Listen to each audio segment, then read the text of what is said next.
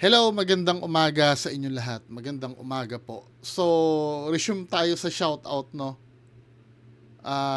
Kaya lang, sobrang dami ng sobrang dami ng mga nag-comment sa akin. Itong mga nakikita ko dito. Hindi ko nababasa yung iba sorry.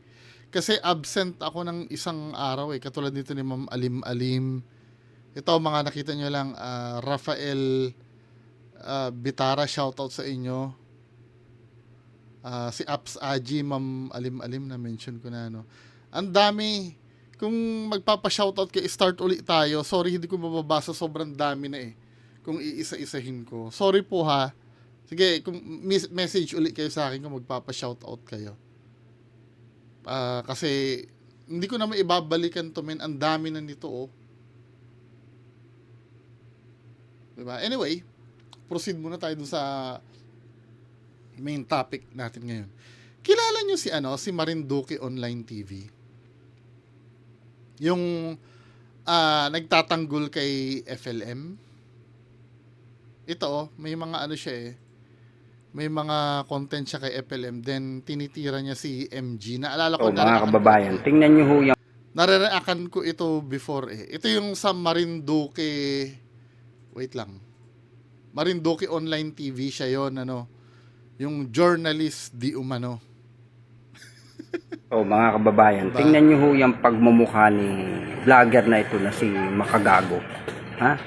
Diyan po sa video na yan, inaalok niya ng pera si Casper, ang personal assistant ni Sir Leo Marcos.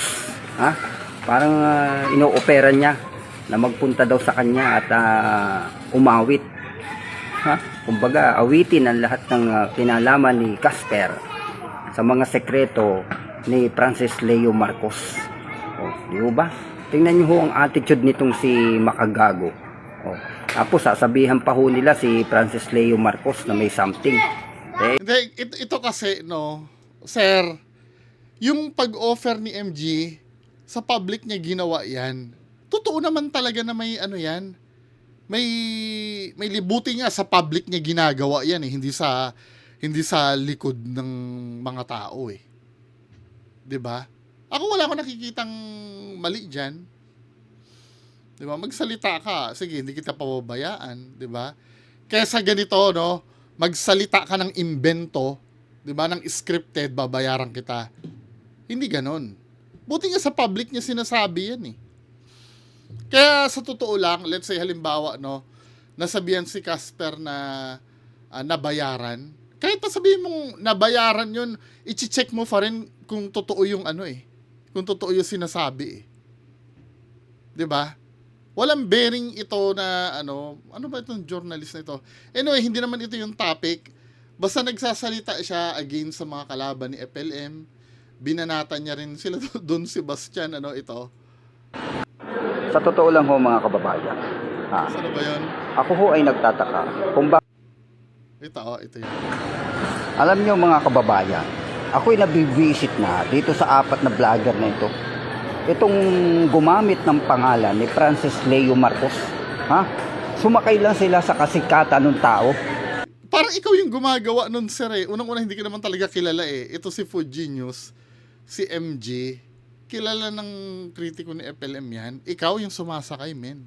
Tsaka imposibleng sakyan yung idol mo dahil nung sinakyan siya ni MG. 'Di ba? Sorry. Imposibleng sinakyan yung idol mo kasi nung natapik siya ni MG, mas sikat si MG nung mga time na yon. Wala nang following masyado sa FLM nung time na yon. Umingay lang yung name niya uli nung pinansin siya na illogical. So pinapakita ko lang sa inyo na kung sino to si Christopher something na to. Pero ang real name niya pala Mapalad. Mapalad nga siya kasi di umano daw di umano ayon sa post ni Puginius ito, totoo talaga na kamalasan ang aabutin mo pag dumikit ka kay Tito Norms ayan siya ngayon ay meron siyang warrant of arrest ngayon.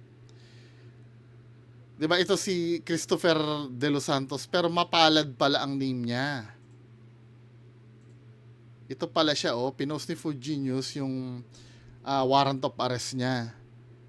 Siya pala si Mapalad de los Santos alias Christopher de los Santos and Marinduque Online TV. Kasi ang mga ano niya, cyber libel. Tapos ang kanyang 7 counts, men. 30,000 ang 30,000 yung yung bail mo. 30,000 each for 7 counts. Ilan yun? Mapapakompute ako nun, men, ah.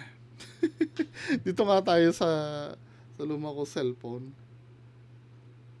7 counts. 7 times 30. 210,000, men. Ayan, oh.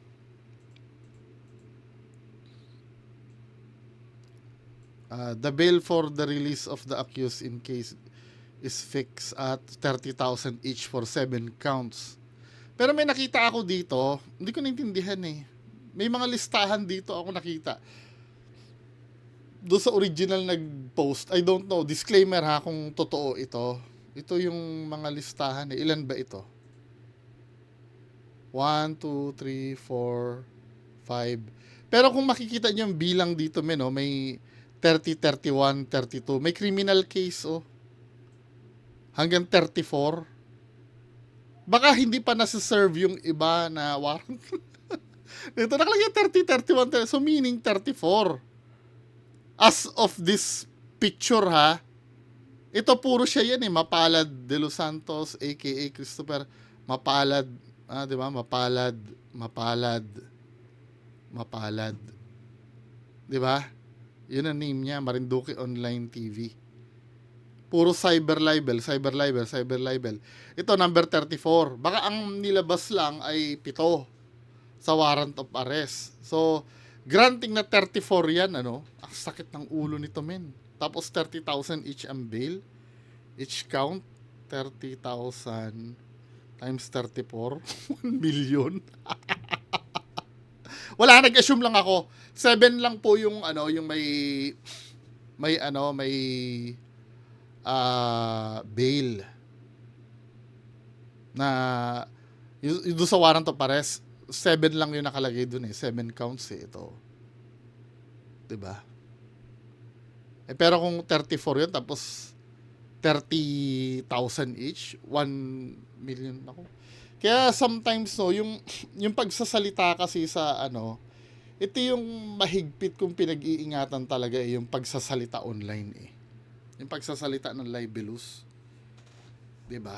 May mga bagay na pwede ka sabihin, lalo na halimbawa nagre-react ka sa isang bagay na ipapakita mo naman sa screen, kaysa doon sa nag-iimbento ka ng sasabihin mo nang wala ka maipapakita. 'Di ba? Ayan ang problem. Kaya every time na dadaldal ka talaga, siguraduhin mo na hindi ka sasablay. Kaya ito ang risk nitong pagsasalita sa social media. Kasi tandaan mo, pagsasalita ka sa social media, buong mundo ang nakakakita sa'yo. Diba? Hindi lang mga kapitbahay mo, hindi lang diba? Yun ang mahirap. Then ito, nagsalita siya. Ito, bago lang ito eh. Diba? Nakalagay dito. Hindi pa rin siya tumitigil, men. Nagaganap daw sa Marinduque. Nanapan dito sa ating Nakalagay dito, Christopher de los Santos, political blogger, commentator, multimedia journalist, media man, news correspondent. Ang feeling niya talaga sa sarili niya, lihitimo siyang media, no? Well, I don't know, no? Kasi may mga nagsasabi dito, hindi naman siya lihitimong media eh. The way nga siyang magsagot, alam mo yun, yung mag-conduct ng reaction, talagang one-sided siya. Hindi ko nakikitaan ng pagiging multimedia. Nakalagay dito, multimedia journalist. Hindi ko siya nakikitaan ng ganun eh. Kasi ang journalist, sometimes may mga journalist talaga na biased. Pero nakikita ko sa journalist, hinihingi nila kahit paano yung panig ng kabila. Siya hindi eh. 'Di ba? Katulad niya kami na mga vlogger. Siyempre kami, ako, hindi naman maikakaila na kami ay bias din. Anong kinakabayasan namin? Yung paniniwala namin na mali yung kabilang panig. 'Di ba? Kasi nasa kabilang panig kami. Natural bias talaga kami. Pero as much as possible, no, nagbibigay ako ng komentaryo na objective talaga. When I say objective, halimbawa, kung mali naman talaga ang ginawa kay FLM or halimbawa, no, may tama din naman sa sinabi ni FLM, wala akong magagawa kundi agrihan yun. Pero kung pagiging bias, no, aminado ako dun. 'Di ba? Anti-FLM ako eh. Hindi naman ako nasa gitna. 'Di ba? Eh kahit din naman yung mga sila Alex Pabela, bias din naman yun sa panig nila eh. Hindi mo kami pwedeng i-compel na maging fair. 'Di ba? Pero ito kasi si Sir, journalist ito eh, quote unquote journalist. Kaya dapat talaga obligasyon niya maging fair. Or dapat maging fair talaga siya. Dahil journalist siya daw. Now, meron siyang bagong upload dito, men eh. Ito, oh, pinag-initan niya si Food Genius at Itong si pinag-initan niya si Food Genius at si Sir MG. So ito 'yon. Ano ba itong taong 'to? Uy, asukusoy mo yung pambail mo, men. Itong si Food Genius ay malapit-lapit ko nang gisahin ito. Ha? Isasama ko na ito sa listahan ng aking mga gulay na gigisahin sa mainit at kumukulong mantika. Ha? Ito'y isang tawid dagat na rin ito. Ha? At pati tayo ay sinasama nito sa kanyang mga koleksyon. Ha? Ikaw, Food Genius, ha? Akala mo hindi kita kilala. Kilala kita kung sino ka. Si FLM na nga mismo, ilang taon na hindi makilala kila, tapos ikaw kilala mo pala. Eh bakit hindi mo na isabi kay FLM?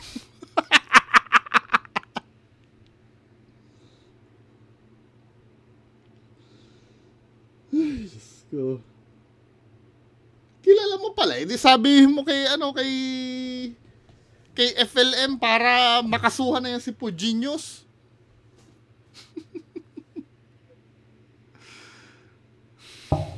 Kaya umayos-ayos kang Food Genius ka at baka ikaw ay gisahin ko na. Ha? At ito naman si Makagago. Kumusta na yung kinaso sa'yo ni Francis Leo Marcos? Ang mga pasaway. Na-dismiss yung isa. Yung isa tingnan natin, bumaliktad na si Casper eh. Tingnan natin yung isa. Yung isa na-dismiss na. Ang tanongin mo, yung kinaso ni MG kay Tito Norms. Kasi kayo wala kayong ginawa kundi sumakay na sumakay sa mga content creator na sikat. Ha? Di ba? Yan ang mga target yung dalawa ni Makagago. Ha? Pati si Skywalker ay... Skywalker! Oy, Sir Alex Pabela, Skywalker ang tawag sa'yo, oh. Di ba friend mo to? Alam ko tinitipan mo ito eh. May nabasa ako na na comment na 'di ba men? 'Di ba friend mo to? Skywalker ang tawag sa iyo men oh. Ay kung ako talaga kay Sir Alex Pabela hindi ko patatawarin ito. Sir Alex Pabela Skywalker daw oh. Oh, ako kahit kailan hindi kita tinawag na Skywalker ha. Hindi ko tinatawag. Pero ito, tinawag ka ng Skywalker, sir, oh. Di ba, friend nyo to? Dalawa ni Makagago, ha? Pati si Skywalker ay sinasakayan nyo na rin. Aba, ay malupit talaga. Tamo talaga to. Paano sasakyan ilan ng subscribers nun? Dapat nga si Skywalker, si Sir Alex Pabella pa matuwa kasi nalilift siya nito mga to. Nakikilala siya eh. Tinan mo talaga, baliktad talaga itong utak ni Sir. Sinasakyan daw si Alex Pabella. Eh, mas sikat nga itong dalawa. Tinan mo ang follower niya, no? Si Puginius, 330k followers. Si Sir MG, 734k followers. Eh, yung tingnan natin si Skywalker, si Sir Alex Pabella. Tinan mo ha, ilan ba ang follower ni ano? Boyong the Explorer siya, di ba? Boyong the Explorer. Ayan oh. Followers niya 3,600. Tapos sasabihin mo, ito yung sinasakyan nila Sir MG? Ano ba, Sir? Journalist ba talaga to? Kaya nagdududa din yung mga tao sa'yo, Sir, kung journalist ka eh. Kayong dalawa kayo ha, sasabayan ko kayo ha. Itong si Makagagot, ito si Pudginius ay akin ang gigisahin ito. Ha? Malapit-lapit ko na kayong isama doon sa listahan ng mga gulay. Ha?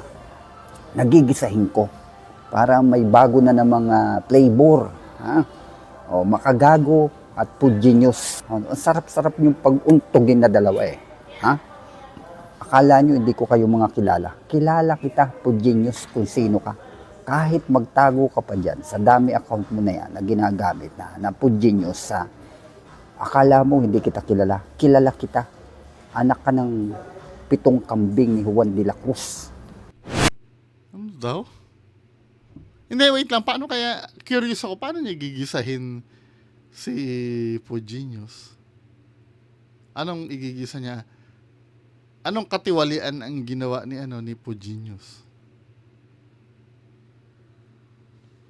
Paano niya gigisahin yun? Paano, I mean, ewan ko dito sa taon to, si Sir. Sir Alex Pabella, sinabihan kay Skywalker, oh, nung bata mo. Lagot ka kay Sir Alex Skywalker. Kay Sir, Alex Pabella. Diba? Oy, Pudginius, oh, gigisahin daw kayo. Anyway, sir, pero good luck doon sa warrant of arrest mo sa 7 sa 7 cyber libel, 'di ba? Well, nasa na, malay mo naman matulungan ka ni Sir Alex Pabella diyan, 'di ba? Kaya lang tinawag mo ng Skywalker man eh. 'Di ba? Anyway, so yan lang naman ang pag-uusapan natin ngayong umaga. Magandang umaga sa inyong lahat. Bye-bye.